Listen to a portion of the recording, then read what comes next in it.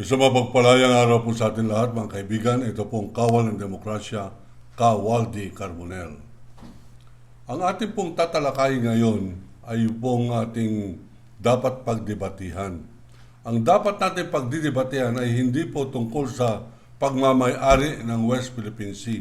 Yan po ay settled issue na. Kumbaga sa korte, final and executory. Ano pong ibig sabihin yan? Hindi na pwedeng baguhin. Hindi naman sila nag-file ng motion for reconsideration ng China na natalo. Ngunit ang laban po sa interes ng Pilipinas ay mga Pilipino rin.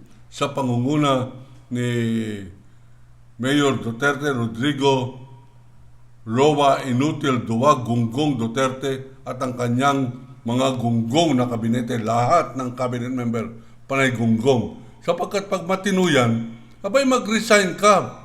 Sapagkat pag ikaw ay nagsisilbi sa traidor ng bayan, traidor ka rin, cabinet member, secretary traidor. Nakakatawa po ang nangyayari sa ating bansa. Natatawa ang China sapagkat nagkaroon ng desisyon ang United Nations nagsasabing ang Pilipinas ay sa iyo. Ang sabi ng Pangulo ay wala naman nakalagay dyan na paano natin ipapatupad dyan. Sabi nga ni Attorney Salvador Panelo, how do we enforce that? Paano ipapatupad dyan? Paano mo ipapatupad dyan pag ayaw ipatupad ni Ginoong Duterte? Sapagkat ang pagpapatupad ay nandyan po sa pag-uumpisa.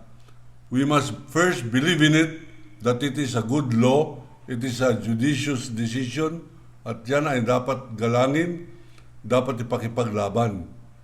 Ngunit kung ang nangungunang nagda-downgrade o nagmamaliit sa desisyon na yan ay no less than isang tao na nagpapakilalang Pangulo ng Republika ng Pilipinas, abay, nagbumukha po tayong mga tanga, nagbumukha po tayong bobo, at nagbumukha po tayong mga ogags. Kaya in short, tabogo. Ngayon, nakikita ko ang ating pong problema dito. Ang problema po natin ay para po ba natin binabandera, hindi tayo nagkakaisa.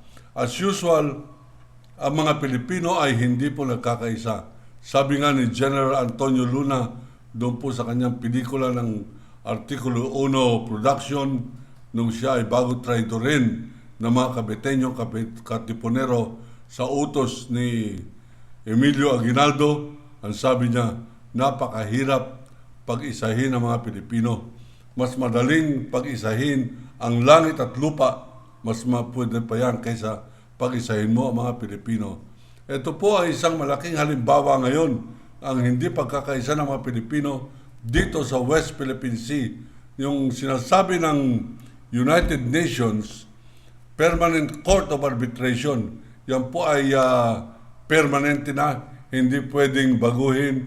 Yung court, yan po yung pinakapandaigdigang korte o hukuman. Arbitration ay yung pong hearing o pagtitimbang-timbang ng mga argumento. Ito ba ay para sa Pilipinas? Ito ba ay para sa China? Nagkaroon na po ng desisyon yan. Final and executory.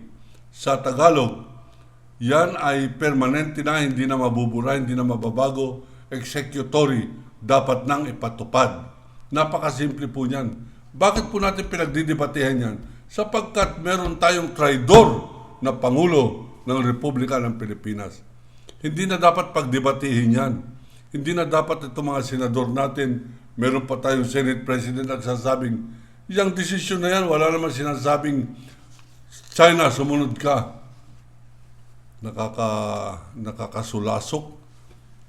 Nagbibigay ito ng nakaka-upset, nakaka-rimarim na pakiramdam na meron tayong senador na ganito kagunggong, ganito kabobo, ganito kawalan ng kaalaman sa batas.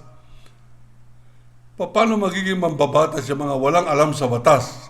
Hindi po natin minamaliit sila Lito Lapid, Bong Revilla. Pero itong artista o komedyante na si Tito Soto, abay mas magaling pa po sa kanya si Dolphy.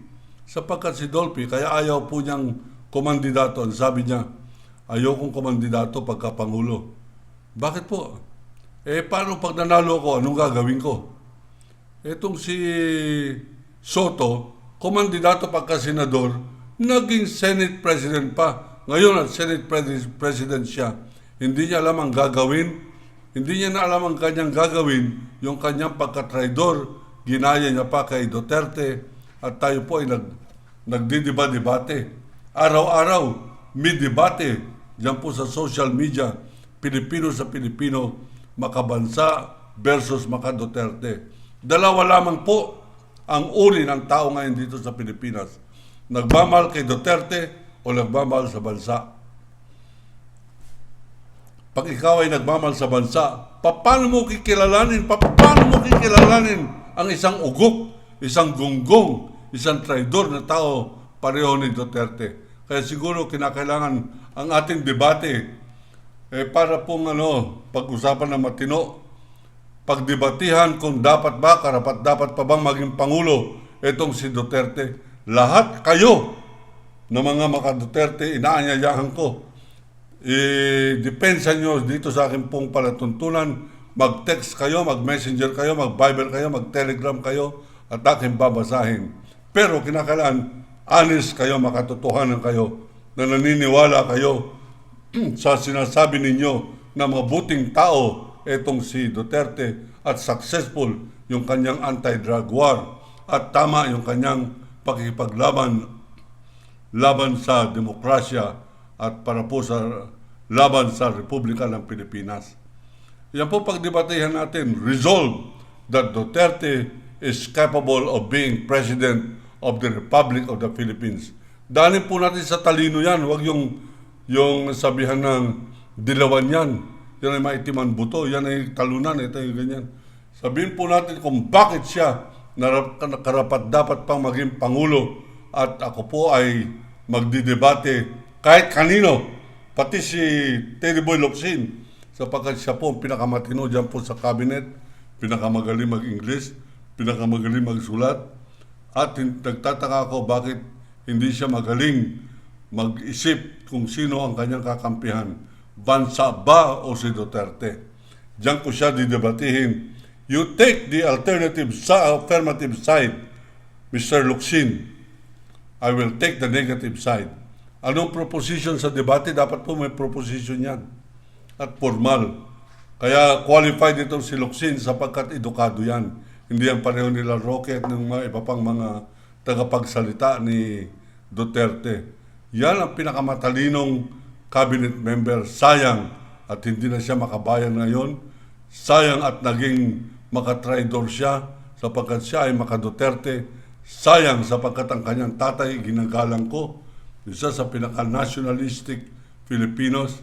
At sayang, ngunit magkakaroon siya ng pagkakataon na paglaban ang kanyang paniniwala na si Duterte ay karapat-dapat pang maging Pangulo. That should be the debate of the day among the social media practitioners.